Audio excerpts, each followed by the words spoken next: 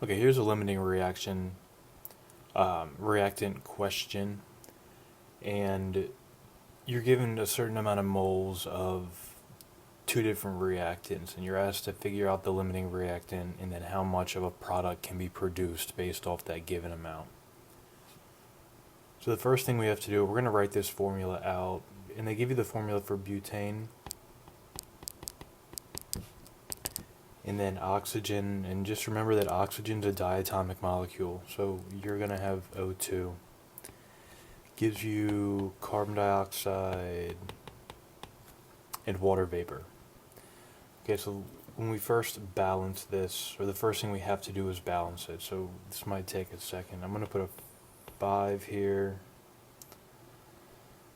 Actually going to have to go 10. And the reason I'm doing this is because I'm trying to figure out I'm trying to balance the hydrogens first. There are certain strategies that you can employ with this, but the first one I'm going to do is hydrogen. So I have 20 hydrogens on the right side, 10 on the left, so I'll put a 2 here. So now we have 8. So now total we have 18. Carbons are good, hydrogens are good. Now the oxygen, we have 10 plus 16. So I'm going to put a 13 here.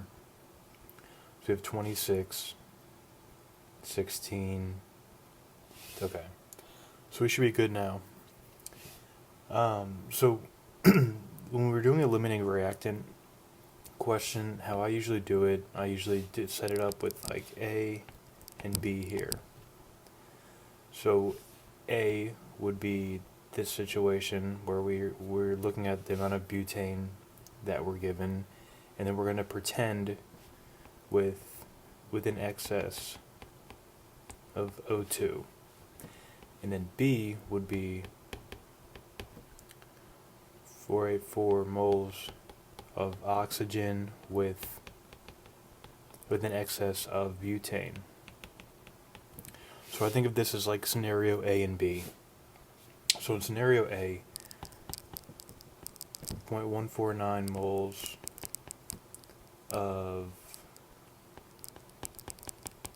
butane, and we're going to put that over 1.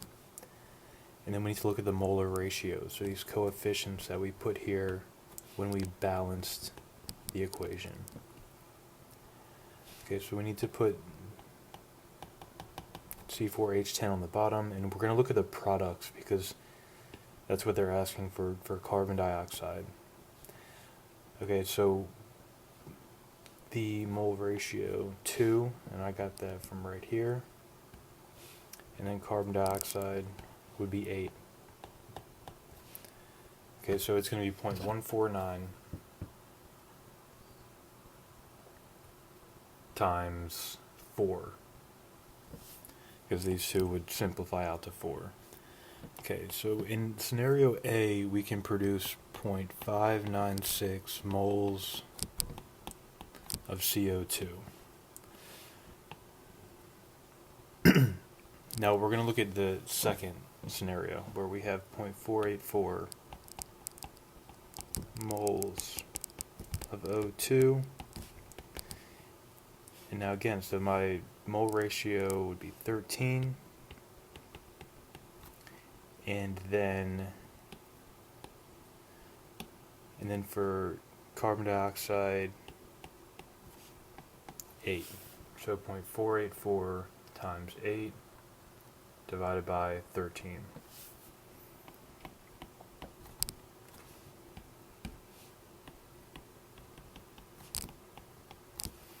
Okay, so now what we have here is we're looking at, in A, we took the amount of, we figured out the amount of carbon dioxide based off of the moles of butane. And in B, we figured out the amount of carbon dioxide based off of the moles of oxygen. So we need to look at which one of these two is lower. The lower amount, we're going to take the highlight off of it. So we're looking at this like scenario B, where we can only make 0.298 moles of carbon dioxide. So we're going to look back at what we used,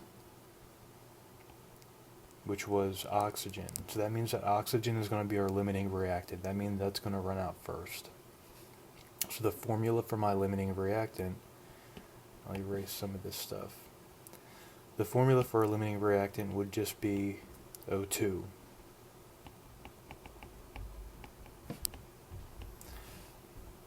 Okay, so after we know that oxygen's our limiting reactant, so then what's the max amount of carbon dioxide that can be produced? Well, 0.298 moles of carbon dioxide, or if they want it in grams, you're going to have to multiply by the molar mass, which would be 44. So you had 0.298 times 44, so 13.1 grams of carbon dioxide.